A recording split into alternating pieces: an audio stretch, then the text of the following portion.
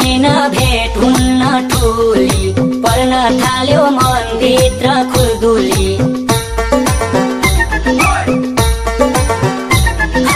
आजकल किन भेट हुन्न ठुली पर्न थाल्यो मनभित्र खुल्दुली सगरमाथा हिमाल हाँसेको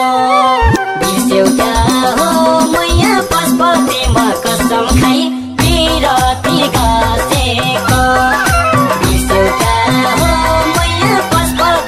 कसम खाई पिरती गाँसेको बिर्स्यौटा हो मैया पशुपतिमा कसम खाई पिरती गाँसेको के भइथ्यो हाम्रो त्यो बेलामा भेट भएको थियो भीमेश्वर मेलामा